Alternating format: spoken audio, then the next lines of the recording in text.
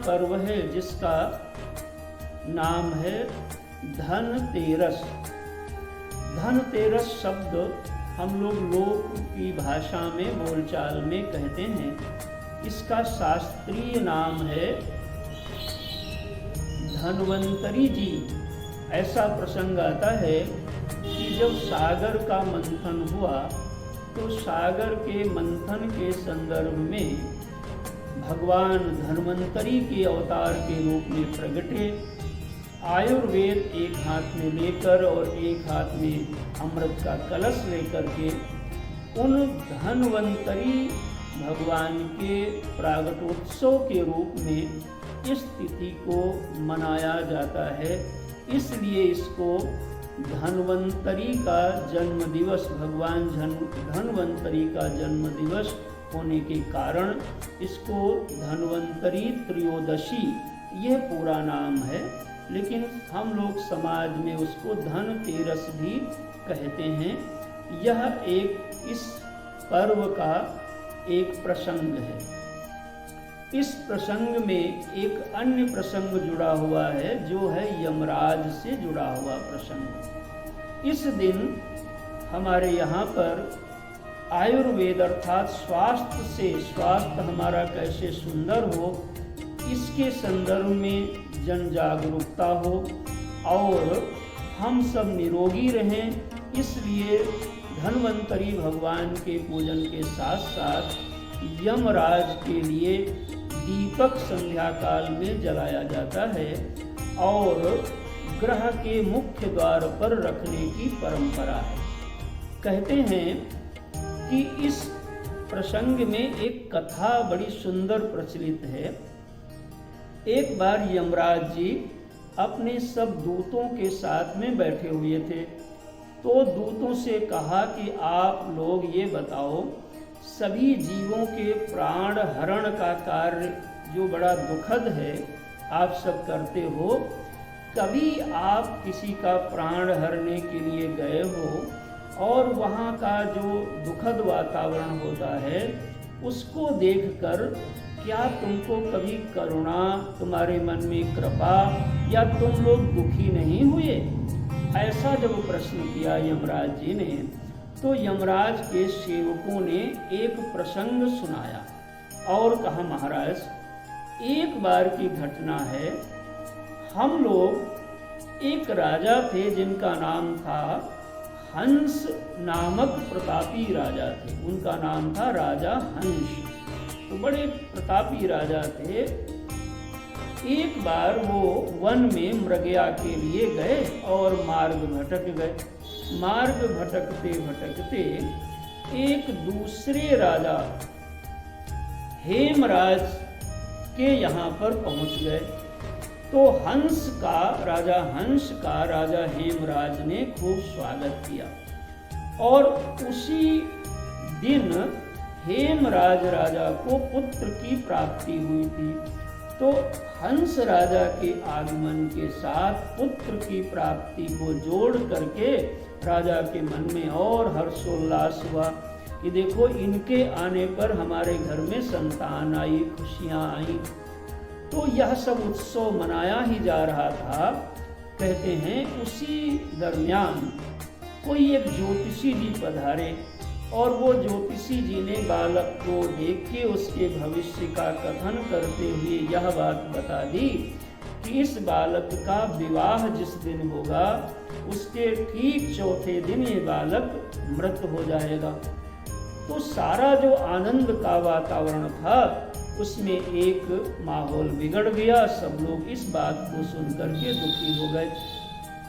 कहते हैं उस समय राजा हंस ने राजा हेमराज को धैर्य बंधाया और कहा, हम भगवान से साधना उपासना करेंगे और आप बिल्कुल चिंता ना करें, तुम्हारे संतान की प्राण रक्षा होगी।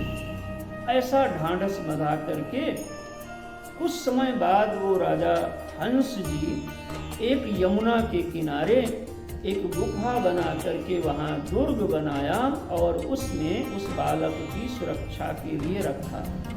धीरे धीरे बालक तरुण हुआ और तरुण होने के बाद एक बड़ी सुंदर अनुपम कन्या के साथ में इनका विवाह हुआ। जब दोनों पति पत्नी बैठे तो मानो जैसे कामदेव और रति ऐसे सुंदर लग रहे थे।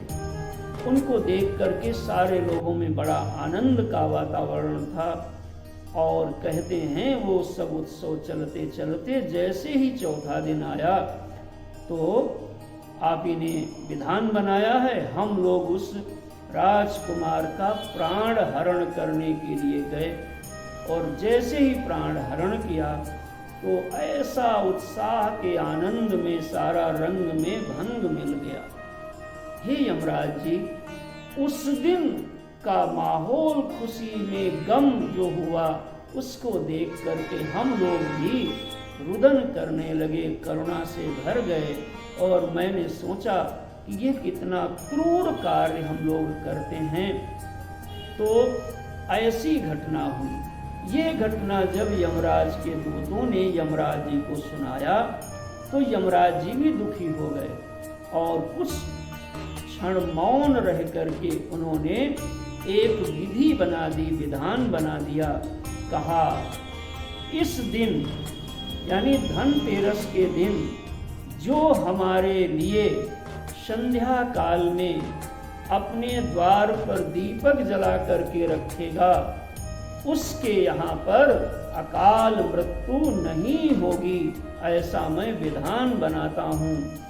तब से हे भक्तजनों, संपूर्ण समाज में इस त्रयोदशी के दिन हम भगवान धन्वंतरी अर्थात स्वास्थ्य के दृष्टि से चीज़ों को सुंदर बनाते हुए संध्या काल में यमराज के लिए द्वार पर दीपक जला करके रखते हैं।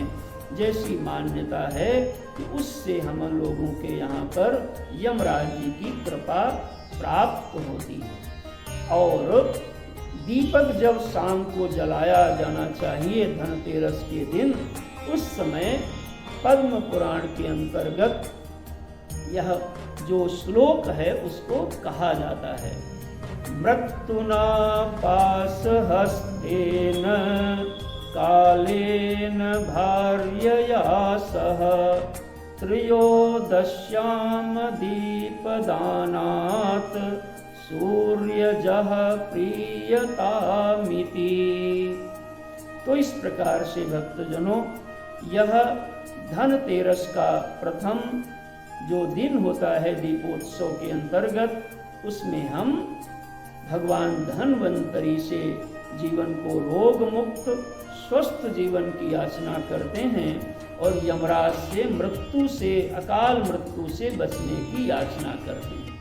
कालांतर में लोगों ने धन्वंतरी जी को, उनमें धन शब्द जुड़ा होने के कारण लोग सोना चांदी खरीदने का प्रचलन तो बन गया, लेकिन इन चीज़ों को लोग विस्मृत कर गए हैं।